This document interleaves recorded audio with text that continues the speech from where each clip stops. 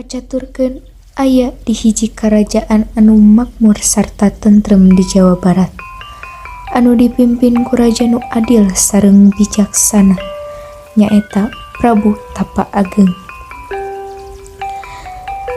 Ti Nitiswari kagungan putri 7, istri unggul. Nu kahiji kakasihna Purbararang, nu kadua Purba Endah, nu katilu Purba Dewata, nu kaopat Purba Kanca, nu kalima Purba Manik, nu kagenep Purba Leuwih, nu katujuh Purba Sari. Ngaraos parantos sepuh, Prabu Tapa Ageng ngersakeun bade tatapa di leuweung, nu dicadangkeun ngagentosan ngeuyeuk dayeuh ngolah nagara teh Purbasari lain Purbararang putra cikalna. Nitiswati, Nuhun Kakanda. lantaran kuring geus kolot, saha nuneskeun tata abdi. Kumaha mun Purbasari wae? Kaputusan anu mutlak nyaeta Purbasari anu ngeuyeuk dayeuh olah nagara teh. Akhirna karajaan ngayakeun acara saserahan tahta.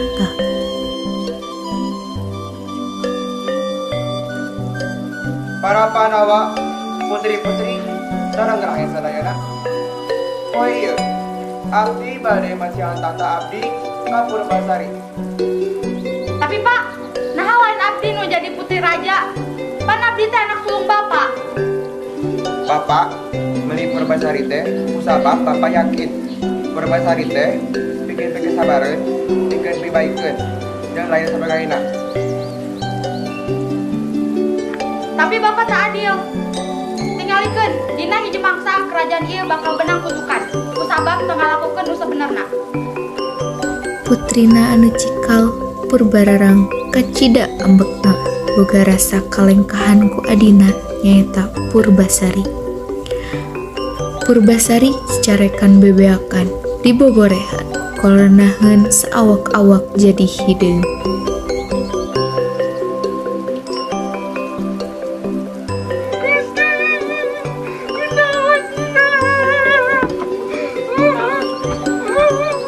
Kunaon si Purbasari teh? Panjang mun jadi kerajaan kudu pas dah kieu. Biji we pangleuweung. Tidinya Purbasari diusir ti karajaan, dipicen ka Gunung Cupu. Kacaturkeun di kahiyangan Gumarinda putra Dewata cikalna, titisan Gurian Tunggal, nyimpen gaduh garwa nu sarupa jeung Sunan Ambu. Ambu, abdi ngimpen gaduh garwa anu sarupa siga ambu. Jung grateangan pijonan hidup anu sarupa jeung ambu, tapi ulah torojongan, anggohla ieu raksukan. Cangkelek Gumarinda rupa jadi lutung anu katelah lutung kasarung. Kocap deui di nagara Pasir Batang. Nitiswari dikersakeun hayang daging lutung. Tuluy nitah aki panyumpit pikeun neangan lutung ka leuweung.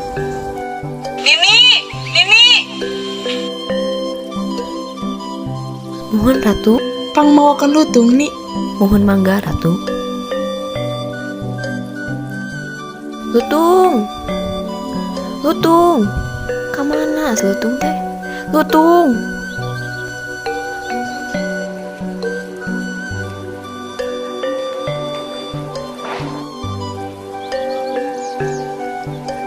Kela, Bisa ngomong nih Lutung teh. Turun.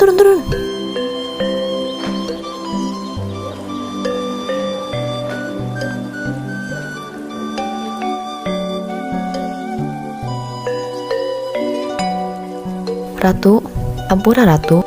Kunaon ini? Abdi teu tiasa nyumponan waktos nu geus ditetepkeun ku Ratu. Teu kunaon ini geus mau lutung sagede kieuna. Geus datang mangsana dipencit, lutung teh kacida lingasna. Tuluy eta lutung teh pasrahkeun ka Purbararang. dicaritakeun lengser nu dititah ku Purbalarang nyaeta nganterkeun lutung ka Purbasari pikeun maturan manehna. Saenggeus kitu lutung dianterkeun ka Purbasari pikeun maturan manehna. Lutung kasarung nu genah ninggali kaayaan Purbasari anu sangsara, anjeunna nitah Purbasari keur tamas di hiji tempat. Upami putih hoyong balik deui ka asal tuh tamas ini tuh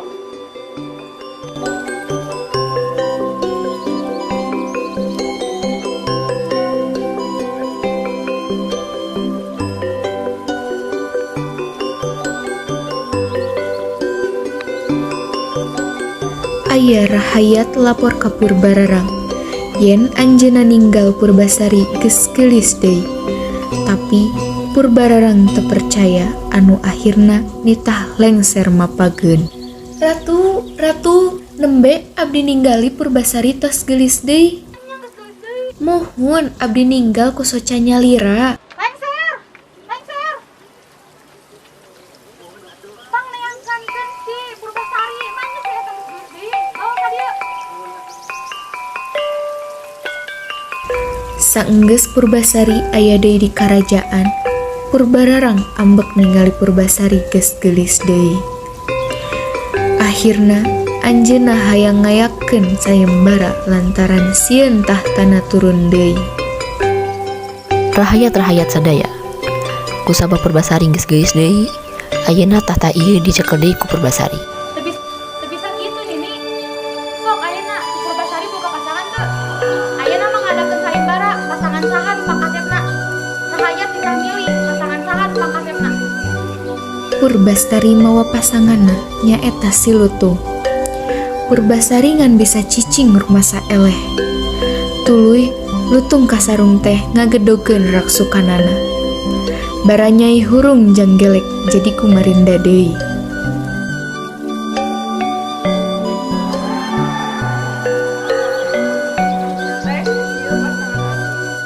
Naon lutung?